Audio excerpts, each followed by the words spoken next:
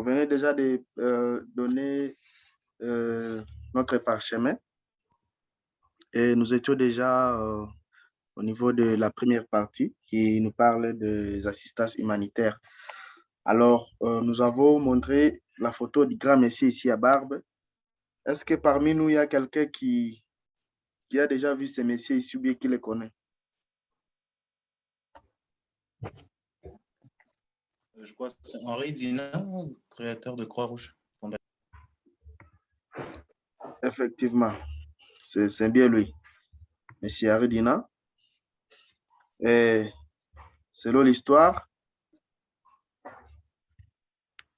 on nous dit que monsieur Aridina, il était en train de voyager et brusquement pendant ce voyage, il a rencontré des militaires qui étaient au front, il y avait des blessés et avec grand cœur, il s'est arrêté, il a commencé à appeler les villageois qui étaient dans cette zone-là pour venir en aide les blessés. Alors, il avait équerre sa partie pris, donc ces assistances qu'il a posées là-bas pour aider les militaires qui étaient déjà blessés. Pour rappel, c'était à 1859. Il n'avait pas de parti pris, que ce soit les militaires de la France, les Italiens ou bien de l'Autriche, il les donnait assistance, sa parti pris. Alors, c'est de là qu'est né le concept des assistances humanitaires. Parce que tout ce qu'il faisait, il le faisait avec impartialité, sans discrimination, dans l'objectif de venir en aide la personne vulnérable ou bien la personne qui est à danger. Est-ce que nous pouvons dire que c'est à 1859 que les assistances humanitaires ont commencé? Personnellement, je vais dire non, parce que même à la période de Jésus et les autres périodes passées, il y avait des gens qui posaient ce genre d'actes. Bien sûr, peut-être c'est à cause du français, c'est à ce moment-là qu'on a inventé ces termes-là. Mais d'une manière générale, nous, nous, nous pouvons dire que les assistances humanitaires, c'est tout acte que vous posez quand vous venez en aide une personne qui est à danger, qui est dans le besoin.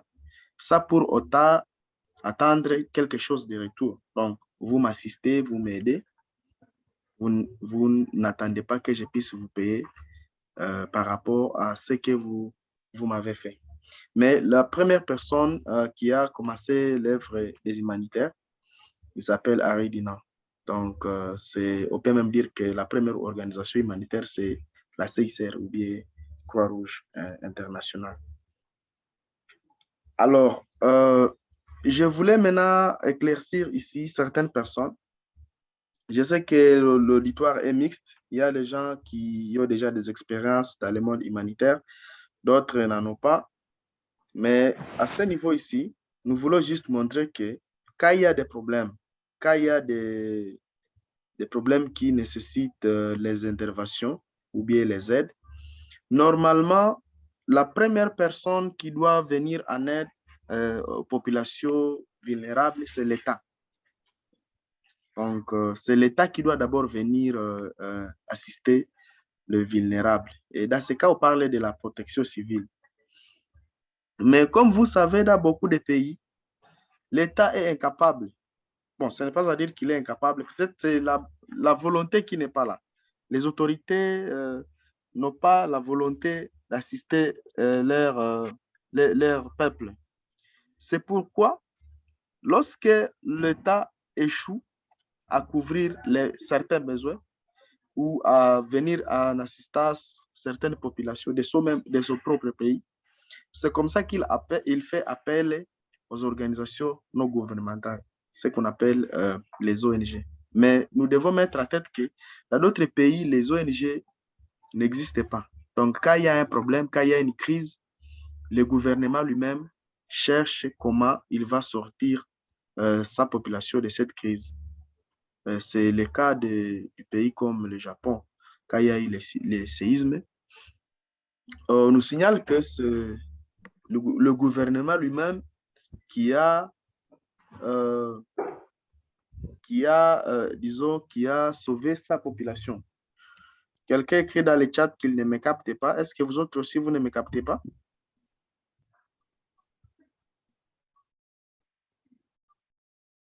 Allô? On te capte bien. Ok, merci. Peut-être il a des petits soucis chez lui. Merci beaucoup. Alors, donc, comprenez que nous sommes en train de voir ici chez nous ou bien dans d'autres pays, nous sommes en train de voir les ONG, ou bien les organisations humanitaires parce que notre gouvernement est incapable. Il n'est pas à mesure de couvrir les besoins des populations vulnérables. Alors, c'est à ce niveau-là que le gouvernement maintenant fait appel aux organisations non gouvernementales, surtout internationales, les ONG internationales. Et là, le gouvernement n'a pas de mainmise sur leur fonctionnement. Disons, les organisations, bien sûr, ils se mettent en ordre par rapport à certaines lois du pays, certaines taxes, mais le gouvernement ne peut pas dire qu'il vient contrôler les budgets des ONG. Non. Ce sont des organisations qui travaillent au pays, mais ça, le gouvernement n'a pas de contrôle sur leur budget. Maintenant, donc lorsque le gouvernement a échoué, par exemple, là où il y a des guerres, là où il y a des conflits, là où il y a eu de catastrophes naturelles, maintenant, les organisations viennent au secours parce que le principe humanitaire, l'humanitaire, c'est quelqu'un qui ne veut pas voir l'autre souffrir. Donc, vous avez quelque chose dans votre poche, vous avez quelque chose dans votre main qui peut m'aider à me relever de la crise là où je suis. Vous venez poser cet acte, ça comptait des retours de moi. C'est ça les humanitaires. Donc, les humanitaires, eux, ne veulent pas voir les gens souffrir. Alors, lorsqu'il y a des guerres, lorsqu'il y a des catastrophes dans les pays, les humanitaires, ils viennent poser leurs actes, ça partie pris. Que vous soyez, par exemple, je peux donner un exemple, vous êtes dans des communautés avec plusieurs tribus. Prenons l'exemple de l'Ituri, où il y a les Lendu, il y a les Hema, il y a les Gegere, il y a les Bira.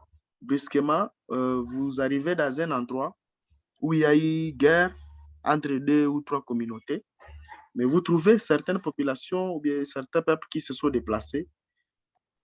L'un est de telle communauté, l'autre de l'autre côté. Donc, quand vous allez poser vos actes pour leur venir en aide, vous n'allez pas choisir, vous dites, moi j'aide seulement, par exemple, les Hema, ou soit j'aide seulement les Guéguerres. Non, non. Donc, quand vous allez venir avec vos assistances, vous devez être neutre. Donc, vous allez aider tous les tribus, sans parti pris. Maintenant, nous avons fini un peu à brosser par rapport aux assistances humanitaires. Parlons un peu maintenant des systèmes d'information géographique. Les systèmes d'information géographique, comme vous le voyez, même comme Sono est en train de le dire, c'est un ensemble. Donc, déjà, quand on vous dit un système, ça signifie qu'il y a un ensemble des entités qui sont interconnectées dans le but d'accomplir une tâche ou bien l'objectif bien déterminé. D'autres appellent ça GIS, ceux qui parlent l'anglais, donc Geographic Information System. Vous allez comprendre que c'est un système qui permet de recueillir, stocker, traiter, analyser, puis mettre à forme les données géographiques. Donc ici, il y a plusieurs parties prenantes. Donc, il y a plusieurs entités qui sont interconnectées, qui entrent à jeu dans le but de présenter les informations d'une autre manière. Et plus tard, dans les sessions de formation, nous montrons aux gens que lorsque nous voyons les cartes, lorsque nous sommes en train de visualiser des cartes, ça ne signifie pas que tout ce que nous sommes en train de voir là-bas est provenu d'une seule manipulation. Donc, les informations qui interviennent dans les systèmes d'information sont comme des couches, sont décomposées à des couches. Et ceux qui ont déjà eu des notions, ils savent que les informations ou bien les données qui ne sont pas de même nature ne peuvent pas être placées sur la même couche. Donc, à d'autres termes, vous ne pouvez pas enregistrer les données de différentes formes dans une même table pour ceux qui ont des notions des bases de données. Donc, le système d'information, c'est un système qui est déjà mis en place, qui vous permet d'enregistrer vos informations. Vous pouvez même les interroger. Donc, vous posez des questions pour chercher, filtrer, analyser, ressortir certaines conclusions. Et la finalité, ici, c'est présenter les données sous forme de cartes. Les cartes qui peuvent être statiques, soit les cartes dynamiques.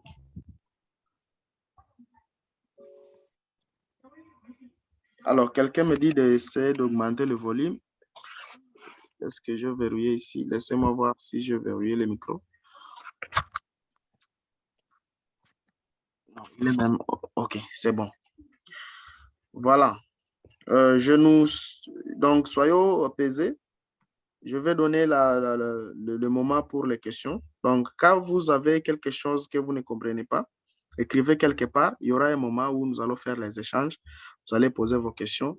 Nous allons essayer de les répondre. Les questions difficiles, nous allons les laisser à l'Assemblée ou bien nous allons prendre un moment pour commencer à les étudier, peut-être revenir prochainement vers vous. Mais nous pensons qu'il n'y aura pas de questions qui vont nous échapper. Toujours continuons avec le système d'information géographique. Il est constitué de 5 composantes. Donc, quand vous allez décider de mettre en place un système d'information géographique dans votre organisation, il faut vous mettre en tête que vous aurez besoin de 5 composantes. La première, c'est la composante matérielle. Comme vous le savez très bien, nous sommes en train de parler des systèmes d'information géographique et là, nous faisons intervention de la technologie. Quand je parle de la technologie, là, je vois les ordinateurs, je vois les téléphones intelligents, je vois l'Internet, et ainsi de suite. Donc, ici, vous ne pouvez pas, c'est difficile de prendre les données qui seront mises dans le système d'information géographique en utilisant les papiers. Donc, vous devez avoir les matériels appropriés. C'est par exemple les GPS qui vont vous aider à récolter les coordonnées sur terrain, ou même les téléphones intelligents, ce qu'on appelle les smartphones. Pour le moment, ici, ils ont actuellement, avec l'évolution de la technologie, même nos téléphones sont à mesure de récolter les données. Donc, nos téléphones peuvent jouer aussi le rôle de GPS, si bien sûr vous y installez des applications appropriées. Après les matériels, nous avons la deuxième composante qui sont les logiciels. Donc, même si on vous donne un ordinateur et que cet ordinateur n'a pas de système d'exploitation, cet ordinateur n'a pas de logiciel, ça ne vous sert à rien. C'est comme un petit jouet de camion que le bébé est en train de tirer parce que là, il ne joue aucun rôle. Mais pour le rendre utile, il faut y ajouter des logiciels appropriés. Pour notre cas, ça doit être des logiciels, des systèmes d'information géographique. Donc, des logiciels qui doivent être à mesure de vous aider à encoder ou bien manipuler les informations que vous avez récoltées à l'aide de vos différents matériels. Et ces logiciels-là doivent vous donner aussi la possibilité de présenter les données que vous avez enregistrées. Ces logiciels-là doivent vous donner la possibilité de les présenter. Car j'ai dit, par exemple, montrez-moi là où la ville s'appelle telle, ou bien montrez-moi là où il n'y a pas de montagne, montrez-moi là où il y a des rivières, et ainsi de suite. Et en même temps, ces logiciels doivent vous faciliter l'interrogation avec vos bases de données. Là, nous sommes en train de vouloir parler des interfaces graphiques parce que, comme vous le savez très bien, les informaticiens, quand on parle d'une base de données, on doit y mettre des formulaires ou bien des interfaces qui vont vous permettre d'interroger ou bien de communiquer avec les informations qui sont stockées à l'intérieur. Tout le monde n'a pas la possibilité de communiquer avec la base de données en utilisant des scripts ou bien en utilisant des codes. Vous devez faciliter aux utilisateurs la consultation ou bien l'interrogation de votre base de données à l'ère des interfaces graphiques. Troisième composante, ce sont les données. Les données qui occupent une très, très grande place dans l'organisation et qui sont très, très chères. Quand on vous engage dans une organisation, l'objectif, c'est de produire les données. Malheureusement, certains staffs, à cause de manque de déontologie professionnelle, quand vous démissionnez ou bien quand on vous chasse de l'organisation, la première chose à faire, c'est que vous coupez, donc vous faites couper, coller, vous déplacez toutes les données de l'organisation que vous avez. Par exemple, vous avez travaillé pendant 2 ans, 3 ans, 4 ans, 5 ans. Toutes ces données-là que vous avez produites, vous allez avec et vous laissez la machine vierge. Vous voyez, ça, c'est un esprit de rebelle, quelqu'un qui manque de déontologie. Les données les données coûtent trop cher. Les données que vous avez produites pendant 5 ans, imaginez-vous, vous allez avec. Maintenant, quelqu'un qui viendra après vous, quelqu'un qui viendra assumer votre poste, vous voulez qu'il commence encore à zéro alors que vous étiez déjà à un niveau avancé. C'est pourquoi nous devons vraiment, quand nous travaillons dans les départements qui aident les organisations à gérer les données, nous devons beaucoup passer au backup, sauvegarde de nos différentes données pour lutter contre ce genre d'anomalies si jamais ça nous arrivait. Alors, donc, les données, ce sont les informations là que quand vous allez sur terrain, vous allez en mission, on vous dit, vous allez enquêter les bénéficiaires. Pour notre cas, nous sommes dans le contexte humanitaire. Vous allez enquêter, donc vous allez demander, vous mangez combien de fois, vous faites ceci, selon bien sûr le type de projet que vous êtes en train de vouloir exécuter. Toutes les réponses à ces questions-là, lorsqu'elles seront bien traitées, elles se rapportent à un sujet bien déterminé, c'est ce qu'on appellera données. Je ne voulais pas, dans cette session, je ne voulais pas poser la question aux gens de nous différencier la donnée de l'information parce que plusieurs fois, même les informaticiens, ils échouent à cette question-là. Ils ont toujours des confusions entre la donnée et l'information. Il en est de même pour le fichier et le dossier. Des fois, vous attendez quelqu'un qui va vous dire « Non, j'ai mis ce dossier dans tel fichier. » Est-ce que c'est le dossier qui doit être dans le fichier ou bien le fichier doit être dans les dossiers? Donc, nous devons nous efforcer à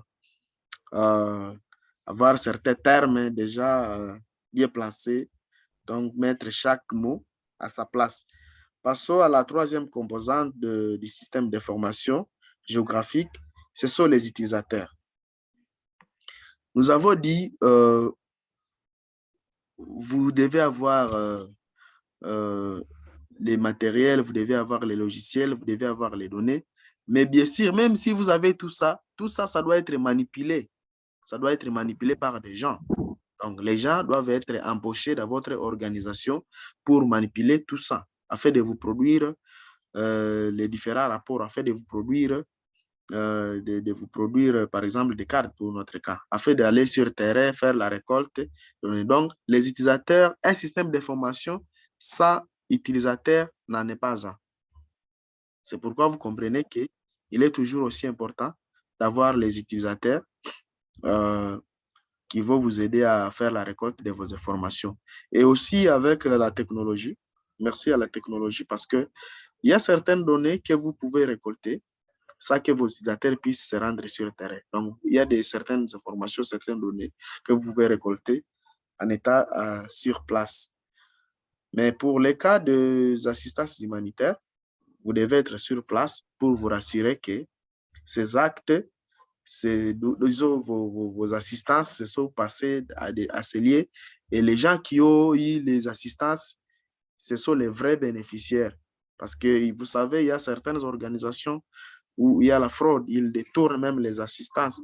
Vous allez avoir autant de camions de nourriture, on dit que ça sera distribué à la population commande, mais à cause de la magouille, on va détourner 3 camions, 3 trosses, et tout ça, ça sera vendu au détriment des gens qui ne souffrent pas. Donc, quand vous voulez récolter des informations, bien les données à propos des assistances, vous devez vous rendre sur le terrain pour vous imprégner de la réalité qui est là-bas. La dernière composante, ce sont les méthodes.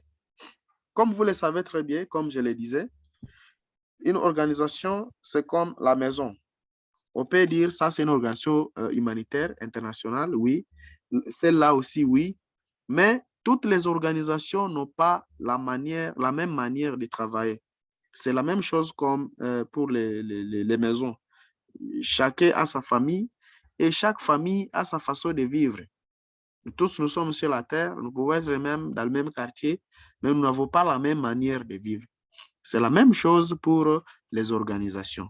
Donc, maintenant ici, au niveau des méthodes, c'est là où vous allez déterminer le flux des informations, comment les informations vont chaque fois transiter d'un département à un autre, comment les informations vont quitter de la personne qui a fait la récolte jusqu'au décideur, au manager qui va prendre la décision de dire oui, nous allons faire l'intervention là-bas, non, nous n'allons pas faire l'intervention, nous nous arrêtons là-bas. Ces genres de stratégies, ces genres de politiques sont déterminés au niveau de quoi? Sont déterminés au niveau des méthodes. Très bien, merci. Alors, nous avons fini la partie qui parle de système d'information géographique. Posons quelques mots par rapport à la cartographie. Parce que tout le monde, je sais, il est en train de s'attendre ici à peut-être à la fin de la session qu'il sera en mesure de produire des cartes. Moi, je décourage ceux qui pensent qu'il faut produire des cartes à la fin de cette session. Parce que ça, c'est juste l'exposé où nous sommes en train de montrer aux gens l'importance d'utiliser les systèmes d'information géographique dans les interventions humanitaires. Donc, les gens qui sont connectés à ces webinaires ici, si vous ne connaissez pas produire les cartes, à la fin de la session, vous ne serez pas à mesure de les produire. Mais peut-être dans nos sessions qui sont en train de venir, parce que bientôt là, nous allons lancer des séries de sessions de formation. Ceux qui vont s'inscrire, ils seront à mesure de bénéficier, comme beaucoup d'autres que nous avons déjà facilité, vont bénéficier de différentes formations. Maintenant, c'est quoi la cartographie? On nous dit que la cartographie désigne la réalisation et l'étude des cartes géographiques. Donc, quand vous parlez de cartographie, il y a le mot carte. Donc là, on veut maintenant vous montrer comment vous allez chaque fois produire des cartes. Des cartes qui parlent. Au lieu de produire des rapports textuels, donc au lieu de produire des rapports de 10 pages, 5 pages, mais vous allez faire quelque chose comme cette photo ici. Déjà, avec cette photo, vous avez une idée. Il y a la légende ici qui nous dit que partout où nous allons voir des traits comme ça ici, ce sont les limites de la zone de santé. Et partout où nous allons voir des lignes comme celle-là, là-bas, ce sont des routes. Et selon les dimensions que nous sommes en train de voir ici, on nous dit que ce sont le nombre de ménages. Donc, quand on va voir un cercle avec la première dimension, ça veut dire que les ménages de là sont compris entre 66 et 155, et ainsi de suite. Donc, vous voyez déjà, avec cette photo ici, j'ai déjà un rapport de même peut-être 20 pages. Tout ça, c'est grâce à quoi? C'est grâce à la cartographie. Au-delà même des phrases, je sais localiser, je sais les situer. Même si je n'ai jamais été dans cette zone de santé, même si je n'ai jamais été dans cette contrée, au moins quand même sur le globe terrestre, je saurais situer là où ces interventions se sont passées. Ce n'est pas seulement dans le cadre des interventions. Il peut s'agir, par exemple, des incidents, comme ce que nous sommes en train d'écouter chaque jour. On dit, on a tué les gens à Komanda, on a tué les gens à Katabey, par exemple, on a tué les gens à Bambou, on a tué les gens dans les Rwenzori, et ainsi de suite. Donc, même si vous êtes trop loin, quand on va vous présenter cette carte ici, on va vous présenter une photo avec des schémas comme ça. Vous aurez déjà une idée sur le localiser au niveau du globe terrestre. Donc, au-delà des phrases que vous allez écouter à la télévision, ou bien au-delà des phrases que vous allez lire sur les journaux, dans les groupes WhatsApp, vous aurez une idée. Quand quelqu'un dit bambou, ah, bambou c'est où? Mais quand vous allez voir sur la carte, ah, c'est même tout près, par exemple, c'est dans les Ituri, c'est tout près de ceci ou cela. Là, déjà, vous avez une idée générale. Donc, la carte vous aide à présenter des informations d'une manière simplifiée et avec précision. Est-ce que je peux dire, on a tué les gens à Bambou. OK, Bambou, combien de kilomètres, par exemple, de centre-ville de Bunia? Combien de kilomètres de Mungwalu, et ainsi de suite. Donc, quand maintenant je vais vous présenter la carte et je vais mettre le point là où on a tué les gens, vous aurez une précision. Vous aurez une précision exacte de là où le drame s'est passé. Tout ça, c'est grâce à quoi? À la cartographie.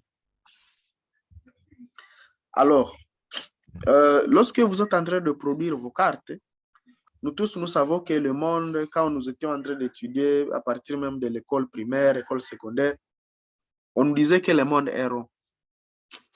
On disait que le monde est comme un ballon. Mais plus tard, quand nous sommes en train de grandir, on nous dira que non, le monde n'est pas comme un ballon. Le monde est plutôt comme l'ellipsoïde. Quelque chose comme l'œuf. Ce n'est pas totalement rond. C'est comme l'œuf. Maintenant, pour faire son étude, c'est difficile de le faire si on ne l'a pas déchiré. Donc, il faut déchirer le monde, que ce soit sur une surface plane. Ce qu'on appelle mappemonde. Donc, vous déchirez le monde, vous le tracez sur une surface plane à deux dimensions. Et c'est ce que nous sommes en train d'appeler effectivement une carte. Mais ce passage du monde dans sa dimension à trois dimensions, comme l'ellipsoïde, vers ces plans à deux dimensions, donc vers la carte, il se passe beaucoup de changements, il se passe beaucoup de transformations. Et si vous n'utilisez pas des projections, parce que si vous vous rappelez très bien, dans vos cours de géométrie, je crois que c'est la géométrie, on vous montre comment vous pouvez projeter un point. Donc, vous enlevez un point qui était sur le globe, vous le ramenez dans les systèmes à deux dimensions. Il y a des formules mathématiques qui se passent là-bas. Mais quand vous allez faire la cartographie, c'est pas rien de mathématiques que vous allez rencontrer là-bas. Le logiciel a déjà tout fait pour vous. Ce qui vous restera, c'est vous allez chaque fois seulement cliquer. Vous dites, j'utilise telle projection, j'utilise telle projection. Alors, selon la projection que vous avez utilisée pour passer de l'ellipsoïde vers le plan à deux dimensions, il y a toujours plusieurs changements. Voilà pourquoi, dans les sessions, nous allons maintenant vous montrer quelle projection vous allez utiliser quand vous voulez passer l'ellipsoïde de telle ou telle autre partie du globe terrestre. Toutes les parties, comme vous êtes en train de voir, par exemple, les gens qui sont au centre, vous voyez, les gens qui sont au centre ne peuvent pas utiliser la même projection comme les gens qui sont au niveau des hémisphères. Ce sont des hémisphères, les pôles plutôt, les pôles là au-dessus. Vous voyez, la forme au niveau des pôles n'est pas la même, et même les distances entre les fuseaux horaires, même les points, n'est pas la même que ceux qui sont au niveau de l'équateur, ici au milieu du globe terrestre. Maintenant, une autre chose qui intervient lorsqu'on est en train de faire la cartographie et que nous devons toujours mettre à tête, c'est ce qu'on appelle l'échelle. En termes simples, l'échelle, c'est un rapport entre la valeur du dessin et la valeur réelle. Et vous constaterez toujours que l'échelle sur les cartes est toujours de la forme 1 sur ota. Ça signifie que la valeur que vous êtes en train de voir sur le papier est autant de fois, pour la visualiser, pour la voir à valeur réelle, vous devez la multiplier par le chiffre là que vous êtes en train de voir au dénominateur de l'échelle. Donc, l'échelle est toujours écrite sous forme d'une fraction, est sûr, parce que c'est la valeur du décès divisée par la valeur réelle.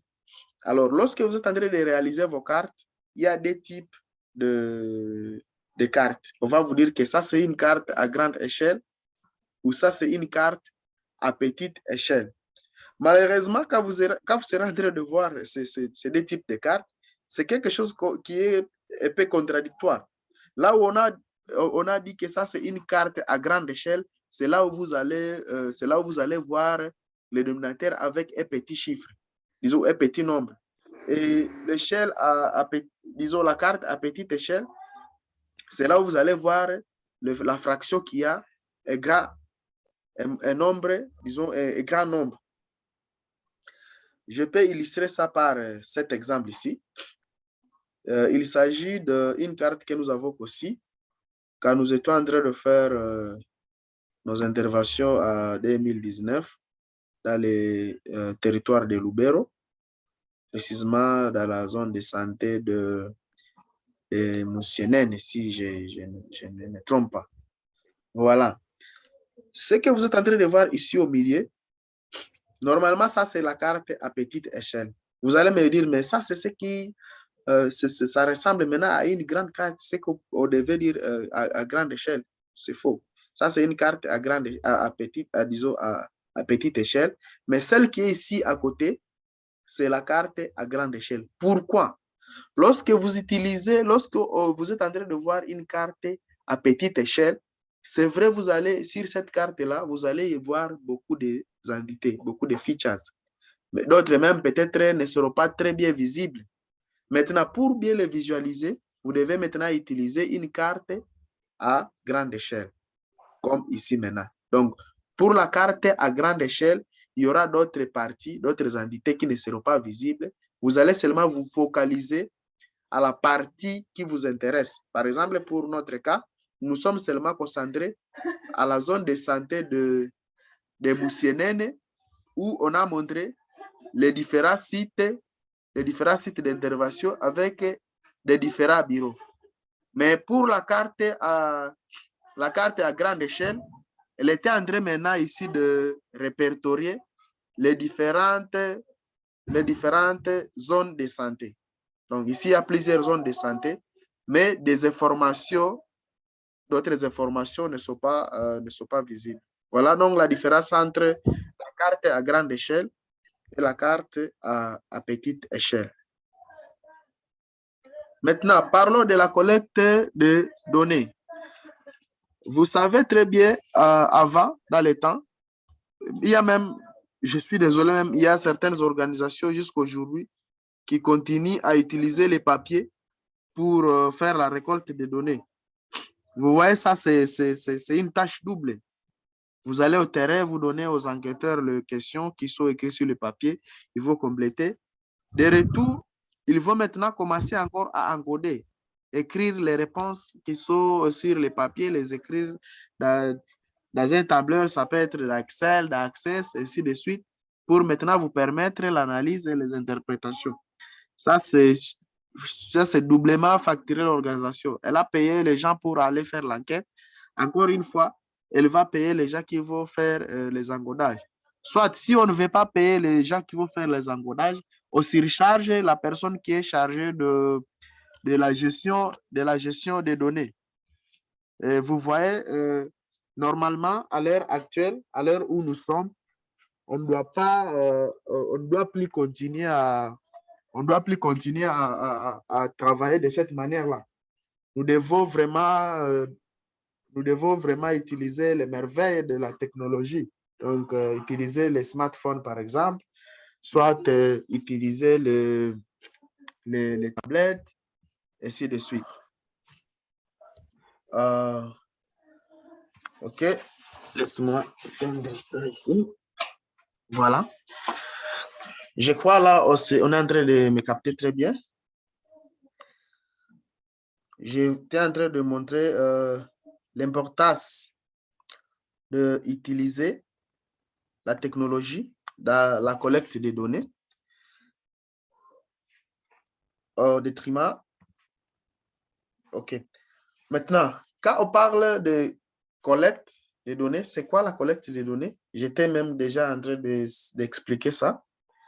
On vous dit que là, vous voulez maintenant aller sur terrain, commencer à poser des questions aux, aux gens, si par exemple c'est pour les cas des interventions humanitaires, vous posez des questions à vos bénéficiaires, selon aussi les types de projets et selon les indicateurs que vous êtes en train de viser. Je ne vais pas définir certains termes ici comme indicateurs, mais à votre état libre, vous pouvez voir comment chercher ça à l'Internet. Maintenant, il y a différents moyens de récolter les informations, bien les données, de faire la collecte. Vous pouvez le faire par un sondage. Faites un sondage, et Paul, vous créez un pool. Soit vous faites des entretiens avec les gens ou dans des groupes, ce qu'on appelle les focus group, en utilisant des matériels, bien des appareils appropriés. Attention, toutes les fois quand vous voulez faire la récolte de données, il faut toujours informer aux gens que vous voulez enquêter. Par exemple, si ces informations-là, vous allez les enregistrer, vous allez les écrire quelque part, commencez d'abord à les informer que non, je suis en train de faire une enquête et voilà les réponses que vous allez chaque fois me donner ici, je vais les enregistrer quelque part parce que s'ils découvrent que tout ce que vous êtes en train de, ce que vous êtes en train de, il est en train de vous dire, vous les enregistrez quelque part à son ici, peut-être il peut penser que, vous voyez, c'est ça maintenant qui crée même des confusions dans les têtes des gens. Il pense que lorsque vous allez commencer à enregistrer ces informations, peut-être maintenant, demain ou après-demain, vous allez revenir avec ces gens qui sont en train de tuer les gens, les katas, et maintenant, vous avez déjà identifié les portes, maintenant, vous allez maintenant commencer à les tuer. Ça, c'est quoi? C'est une mauvaise conception. C'est pourquoi vous devez vraiment être clair et précis avant de faire, avant d'enregistrer avant d'enregistrer toute réponse que votre enquêté va vous donner. Alors, parlons un peu des types de données quand vous serez en train de faire la récolte de vos informations. Vous aurez les données quantitatives, les données qualitatives et beaucoup, tant d'autres.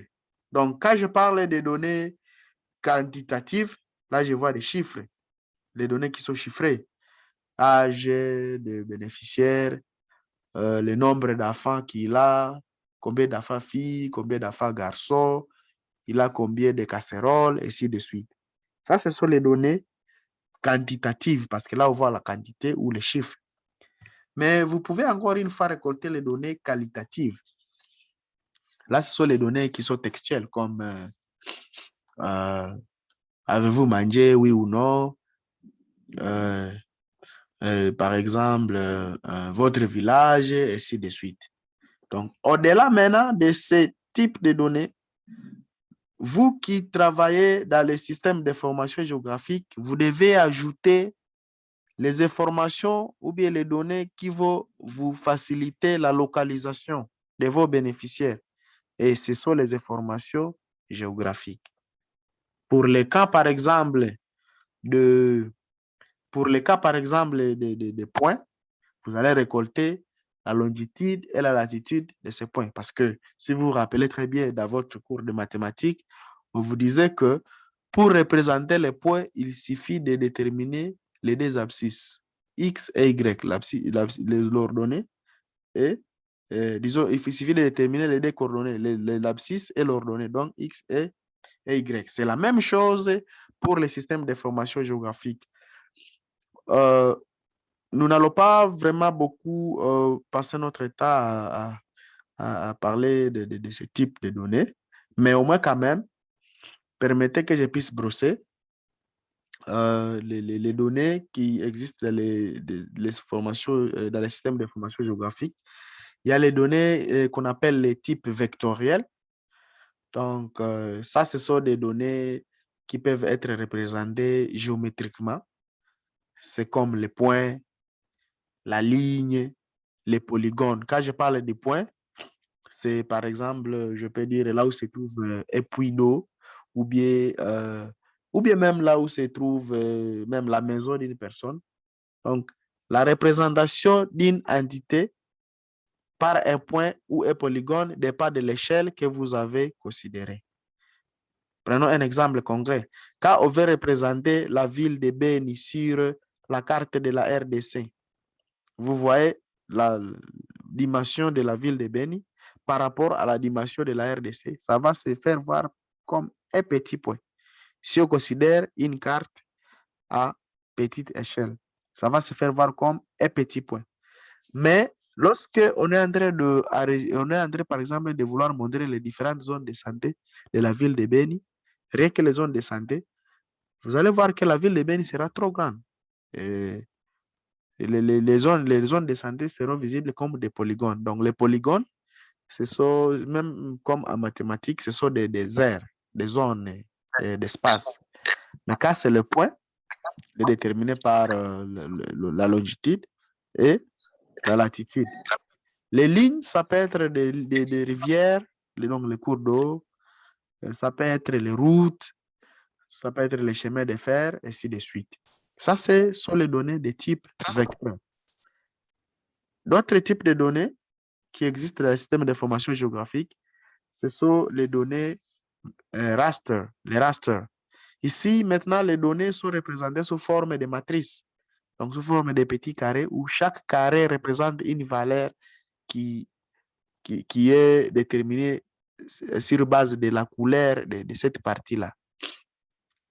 Plusieurs gens n'ont pas, disons, dans plusieurs formations, on ne se concentre pas plus sur les données raster parce que ce genre de données interviennent surtout quand on est en train de faire la télédétection ou bien ce qu'on appelle les remote sensing.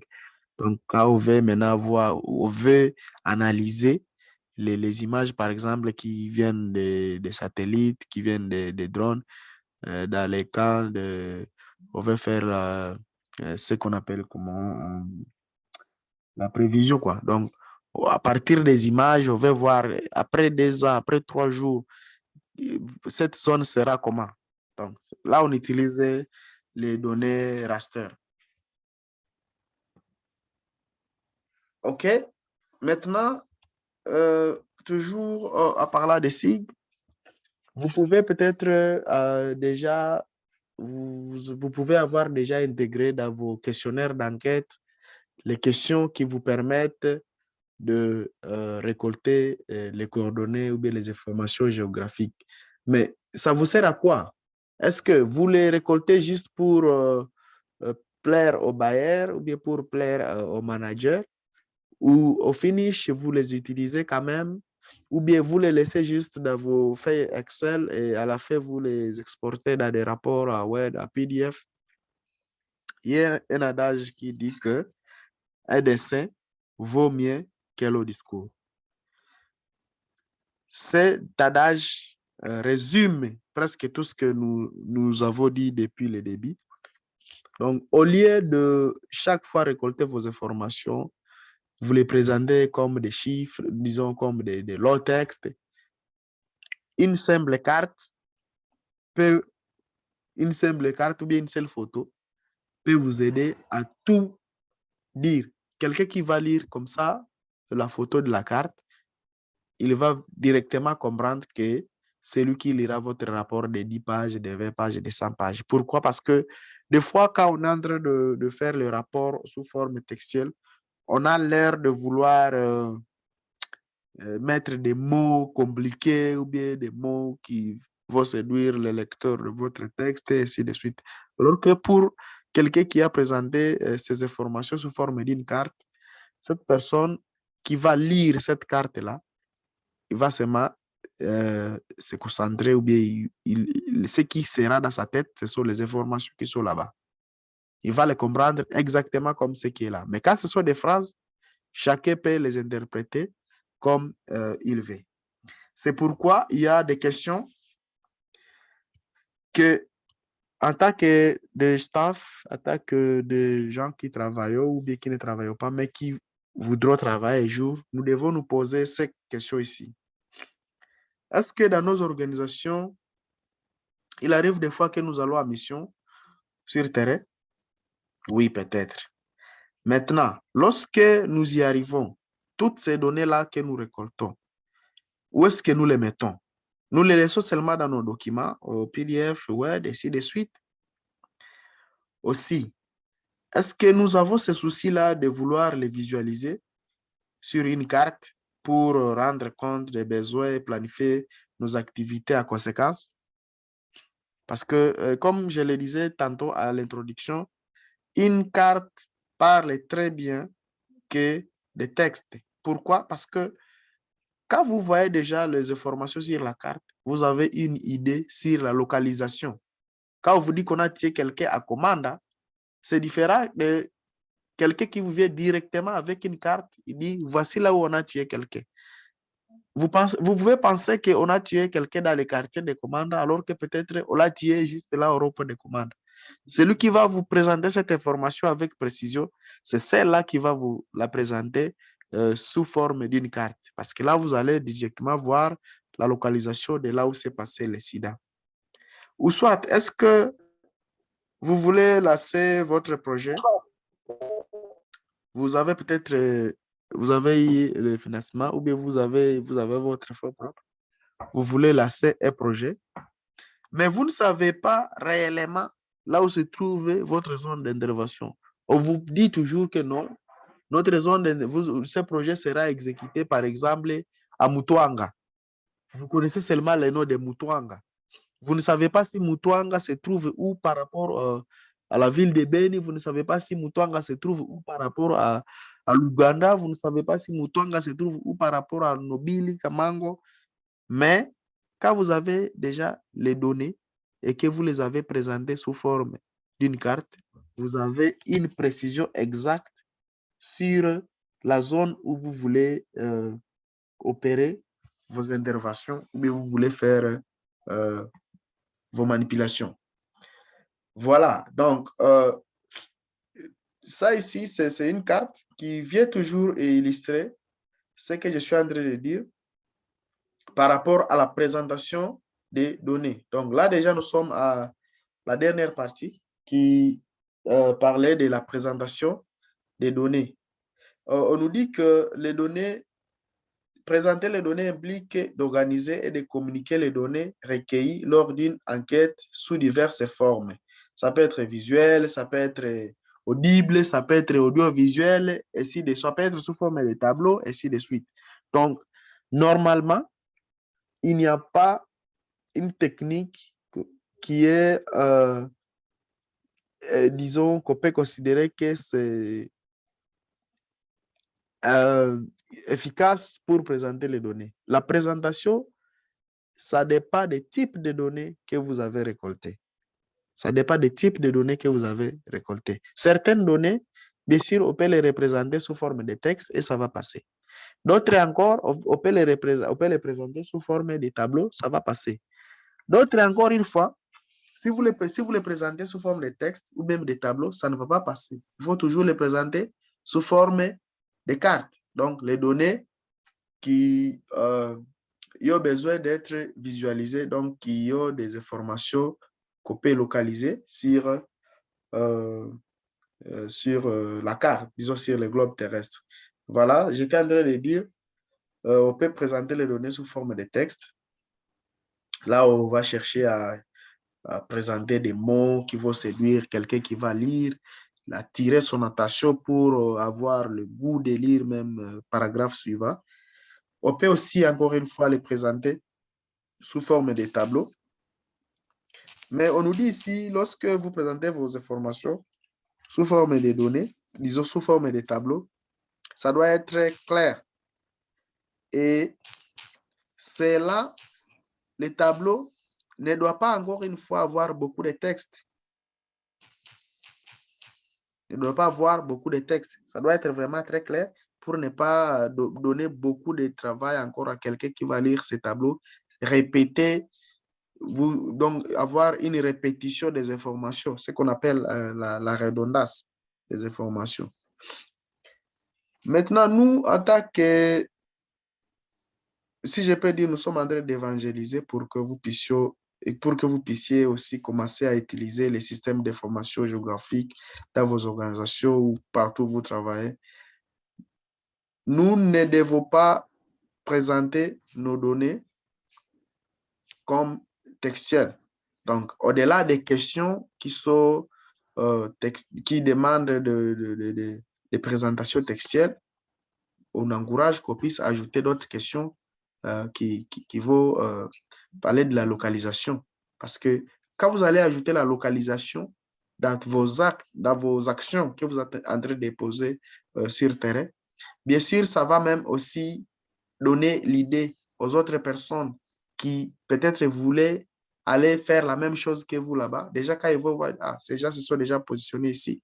Là, ils vont faire quoi? Ils vont reculer, ils ne vont pas aller. Ou soit, vous avez juste posé une intervention dans tel domaine, mais dans vos textes, vous expliquez qu'à part ce que nous avons fait ici, dans cette zone ici, il y a besoin de telle ou telle autre intervention. Quand vous donnez la carte, il ne peut pas peut-être s'arrêter à la carte que vous avez dressée. Il va aussi aller à profondeur, aller peut-être sur Google Maps et autres, voir où se trouve cette zone-là. Donc, toutes les données que nous avons récoltées, c'est sûr qu'elles sont venues comme des tableaux en Excel ou bien en Access, mais la finalité, c'est ça ici.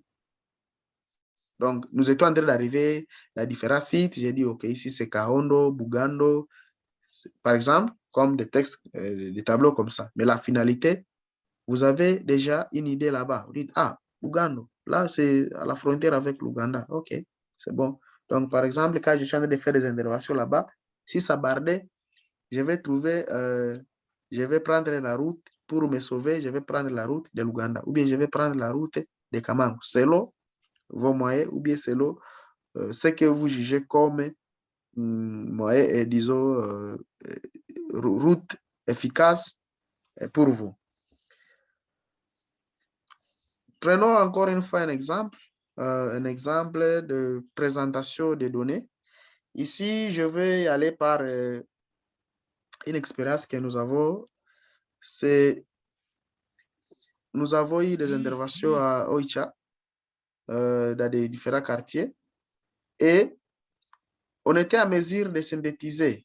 Donc, déjà, quelqu'un qui se rendra de lire ici, il viendra voir à la légende, partout où il va voir cette icône ici, il va voir que ce sont les nombres de ménages par site. Et partout, il va voir cette icône déjà ici, ce sont les nombres de ménages par quartier.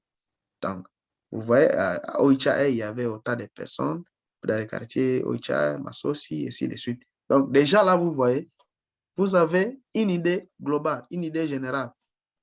Ça pour autant lire 20 pages de texte, et ainsi de suite.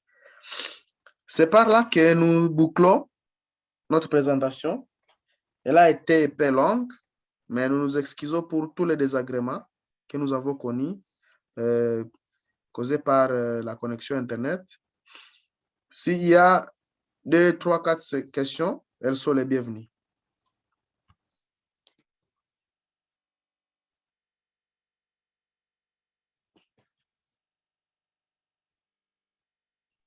Donc, posez les questions, ouvrez le micro, parlez. Donc, ne les posez pas dans les chats.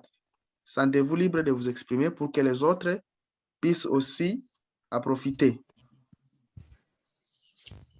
Bonjour Serge.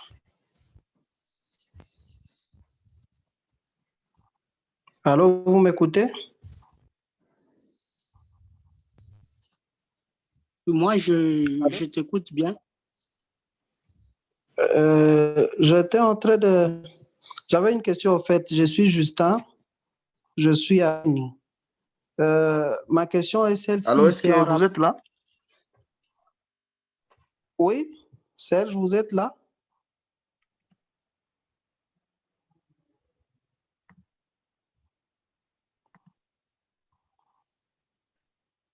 Allô, vous êtes là? Allô?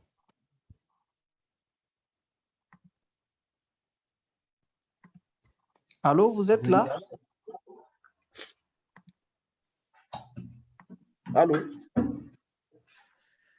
Allô, bonsoir Serge. C'est la connexion, quoi. Justin, Serge, tu es bonsoir. occupé toute la fois pour parler. Bonsoir. Allô, vous m'écoutez? Je vois le micro, quelqu'un en train de parler, mais le son ne quitte pas. Ou soit c'est Bonsoir le problème Serge. de mon côté. Bonsoir Serge.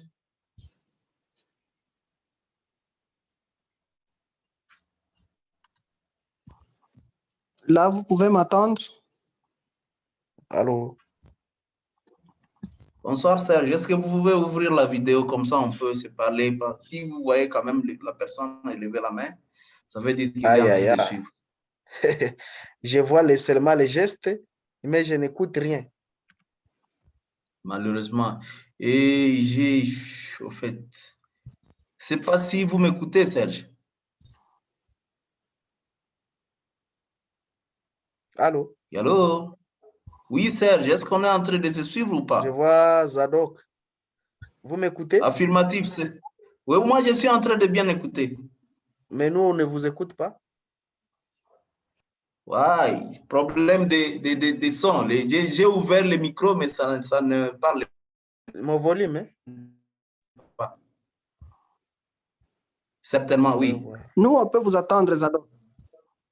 Ok. Est-ce que vous pouvez m'aider à relayer ce que je suis en train de vouloir dire à Serge? Je ne sais pas si lui aussi est en train de mon haut-parleur ici. J'ai moi-même le même problème parce que j'avais la question également à lui poser. Malheureusement, je ne sais pas l'atteindre. Donc, nous, comme participants, nous pouvons nous écouter, mais parler au présentateur, ça nous pose un problème. C'est que je crois que c'est chez lui qu'il y a un problème. Certainement, il peut n'avoir pas ouvert les haut-parleurs. Est-ce qu'on peut demander à Serge d'ouvrir les haut-parleurs? Bon, j'essaie un peu de lui demander, même par chat. Oui, est-ce que vous pouvez chatter, lui The demander speaker is d'ouvrir not nos working haut-parleurs? properly. OK. Ah, il y a un souci avec mon microphone, bien sûr.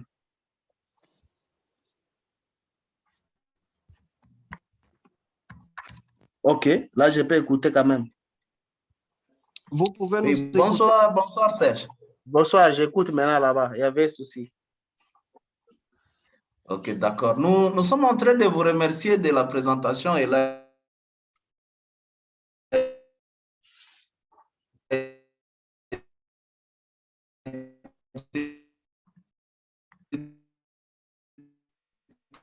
tellement éloquente. OK. Et en fait, nous sommes en train de vouloir en commission préoccupé en retard. Je suis en train de vouloir présenter d'abord les excuses pour avoir été en retard.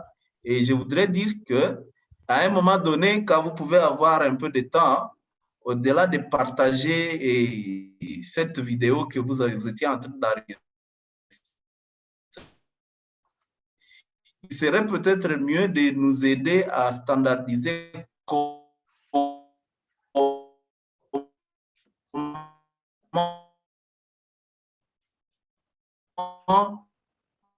comment faire pour que nous puissions faire cette carte. Merci, c'est un peu ça ma préoccupation. Oui, si nous avons, si vous m'avez suivi, nous avons dit que ça, c'est juste, c'est comme un webinaire, donc c'est comme une présentation. Mais pour ceux qui voudront maintenant savoir comment on crée ça, nous sommes en train de vouloir organiser une session, une formation. Les formations se passent toujours le soir, comme nous travaillons, et la plupart des gens travaillent aussi, 2 heures par jour, et au maximum, c'est une semaine. Vous avez déjà tout ce qui vous manquait pour produire ce genre de cartes. Donc, ceux qui seront intéressés, nous allons partager un lien où vous pourrez souscrire et peut-être un groupe WhatsApp. Et de ce groupe-là, nous allons discuter les modalités de participation. Ok, intervention. Merci beaucoup, Serge. Ici, c'est Étienne Kakinga. Ok. Merci beaucoup pour cette présentation. Comme vous le dites, que c'est juste une introduction, comme je peux le dire. Alors, je souhaiterais que peut-être nous partager les liens pour l'inscription parce que nous sommes vraiment intéressés de cette formation. Et surtout que nous qui faisons le terrain, nous avons vraiment fortement besoin de cartes. Il y a des fois où nous faisons les enquêtes ou les activités sur le terrain et que nous voulons présenter nos rapports avec les cartes dans les cas où nous faisons des missions à votre absence ou à l'absence des personnes qui maîtrisent bien cette pratique. Alors, il serait vraiment important de planifier une formation. Nous savons que la CSCP, oui, bien sûr. Permettez-nous vraiment d'avoir une occasion pareille et chronométrer le temps par rapport à cette formation et faites à ce que tous les participants aient accès à cette formation. Bien sûr que nous allons faire des terrains. Vraiment, veuillez nous programmer et voir aussi la disponibilité de tout et chacun par rapport à son emploi du temps. Ça serait vraiment une bonne chose. Sinon, merci beaucoup pour cette séance. Nous espérons que ce n'est pas la fin et que ça va continuer. Merci beaucoup. Ok, merci. Bonsoir, Serge. Moi, c'est Jackson. Je voulais juste demander si on peut avoir l'enregistrement d'aujourd'hui ou si vous étiez en train d'enregistrer quelque chose, si vous pouviez aussi me partager. Oui, nous allons partager ça, sans souci. Nous allons partager ça. Merci. En fait, je ne sais pas si d'autres passent à Beni ou... Bon, nous sommes dans beaucoup de zones. Chacun est là où il est. D'autres sont à Beni, à Bunia, donc c'est ça. Pourquoi vous demandez ça? Ah non, en fait,